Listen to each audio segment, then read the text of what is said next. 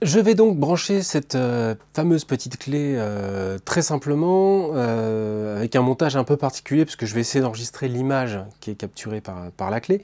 Donc très simplement, j'ai ma clé ici, je vais adapter un petit adaptateur, voilà, qui porte bien son nom.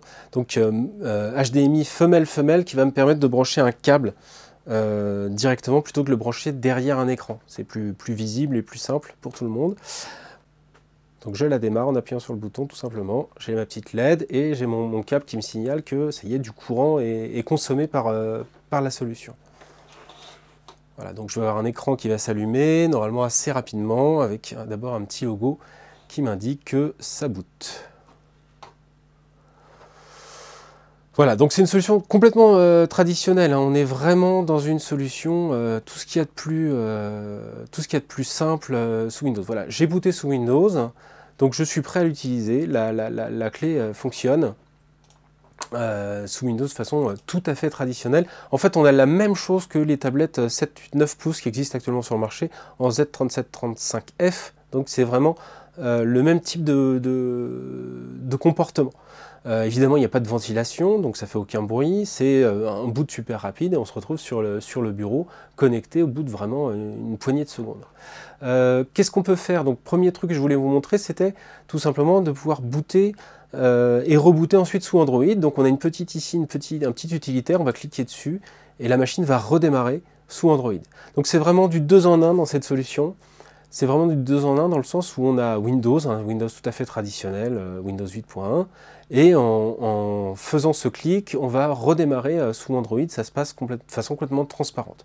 Par contre, la version d'Android que j'ai récupérée là, elle est complètement compatible, fonctionne bien, mais elle n'a pas accès au Play Store, par défaut. Donc il faudra faire quelques manipulations pour récupérer le Play Store et récupérer toutes les applications qui vont avec. Encore une fois, je ne suis pas sûr de la validité de l'usage en permanence, mais pour dépanner quelqu'un qui va vouloir se connecter avec la machine pour aller regarder des vidéos ou autre, c'est quelque chose qui peut être assez intéressant.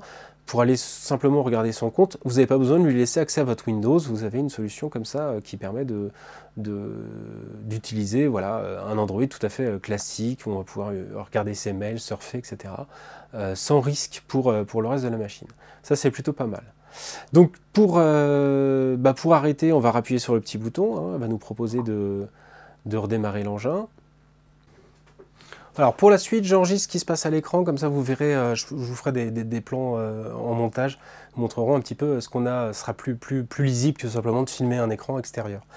Donc on est sous un Windows tout à fait classique, on va aller voir ça tout de suite. Hop.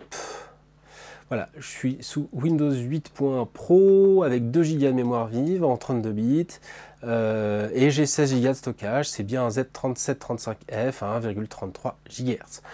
C'est une solution qui est vraiment bien gérée par Windows, hein, le Z3735F, qui est relativement rapide et qui fonctionne vraiment pas mal. On a pas mal de choses à voir, mais là c'est un proto, donc j'ai pas trop envie d'aller trop loin sur les usages. Je vais déjà voir un petit peu comment se comporte la machine, si elle chauffe ou pas. Là je suis a priori déjà assez tiède. On va aller tout simplement sur YouTube, voir ce que ça donne.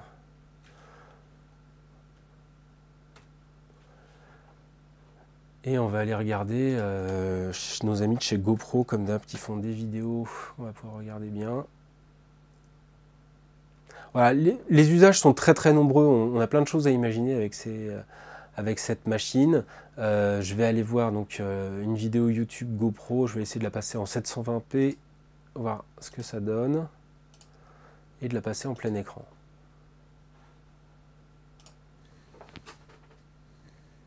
Et voilà. Et donc, le premier usage, hein, le plus évident, c'est tout ce qui va être multimédia. La clé est tout à fait capable de lire des fichiers vidéo, ici en 720p sans problème. On imagine une application plus dédiée que simplement YouTube, mais avoir dans une petite machine comme ça la possibilité de balancer un signal sur un écran de télé de cette qualité-là, c'est la même chose qu'on avait sur les solutions ARM. Là, on a des possibilités en plus, c'est qu'on va tout simplement pouvoir installer... déjà avoir tous les usages qu'on a habituellement avec ce type de... je suis en clavier anglais. du côté de chez Mini Machine. Et donc, tous les usages habituels de ce type de clé qui seront présents. On va avoir la possibilité de surfer, d'aller regarder des documents, mais aussi d'aller charger des documents, par exemple sur un écran externe, en entreprise, etc., etc. Il y a vraiment beaucoup d'usages qui sont à imaginer. On va aller voir le monde, voir ce que ça donne. On va aller voir un petit peu si ça chauffe ou pas aussi. Donc le monde. Voilà, on se retrouve sur une page qui se charge très vite. Ça marche vraiment bien, hein. C'est très efficace. Je vais pas aller trop loin. Enfin, il y a tellement de trucs à vérifier, à regarder. Il faudra que je fasse un test complet. Ce qui m'intéressait, c'était vraiment de voir ce côté, la rapidité de ce qui est proposé par l'interface de Windows, et pas uniquement sous Modern UI comme ici, mais vraiment sur le bureau, et de pouvoir lancer des applis, etc., etc. Malheureusement, là, pour le moment, j'ai pas beaucoup d'espace, tout simplement parce que j'ai un peu, j'ai un peu galéré aussi à installer tout ça. Donc j'ai beaucoup de disques qu'il faudrait que je supprime. C'est des partitions, des sous-partitions à cause de l'arrivée d'Android, etc. Tout ça, c'est à vérifier, à démonter. Je pense qu'une fois qu'on a fait une installation vraiment bien carrée, on a un produit qui peut être très intéressant. Ce qui m'intéresserait vraiment de voir avec ce produit, c'est la version 32 Go de stockage, faire un Wimboot et se retrouver avec quelque chose comme 25 Go de libre, et avoir une vraie solution portable, etc., embedded, qu'on peut installer partout, avoir dans la poche et retrouver tout son univers Windows, mais aussi n'importe quel univers Linux très facilement. C'est vraiment une solution, à mon avis, qui peut servir à énormément de choses. Je vais juste faire un petit test histoire de fatiguer l'engin. On va lancer Aquarium, voir ce que ça donne. Qui va prendre un petit peu de mémoire et un petit peu de compétence à la machine.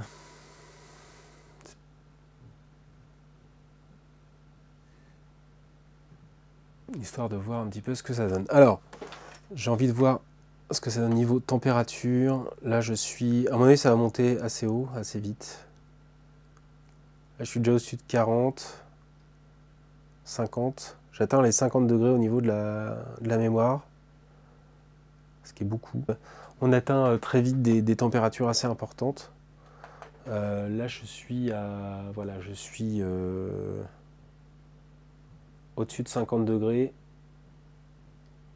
au niveau du processeur et de la mémoire vive, presque à 60 degrés. Donc c'est quelque chose qui stresse pas mal la machine, là, hein, ce que je suis en train de lui faire. Je vais passer à 500. Elle se débrouille très bien, mais elle chauffe pas mal. Et cette chauffe m'inquiète un petit peu, mais encore une fois, c'est un prototype. Et on voit notamment sur le côté, je vous le voyez pas bien, mais sur le côté, on voit ici de la pâte thermique, un gros pad thermique qui a été posé, qui bave bien. À mon avis, la dissipation n'est pas optimale sur cette solution. Là, c'est un proto, j'en reparlerai quand j'aurai une version définitive.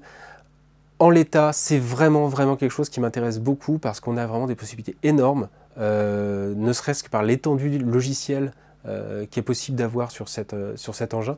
C'est vraiment une solution qui est intéressante dans l'avenir, qui est malheureusement, j'ai envie de dire, pour les solutions ARM, plus pertinente, parce que les solutions ARM mises à... Ah, on a eu un joli reboot en live, là. Peut-être que ça a trop chauffé. Combien j'en suis, là? Plus de 65 degrés. Ouais, plus de 65 degrés. À mon avis, c'est vraiment... je vais la redémarrer pour voir. C'est vraiment une solution qui a de l'avenir pour plein d'usages, que ce soit chez les pros, chez les particuliers. On peut imaginer des machines embarquées dans des véhicules, on peut imaginer des solutions qu'on va avoir dans la poche, qu'on va sortir à l'hôtel, qu'on va sortir en vacances, on va pouvoir jouer sur ces solutions-là.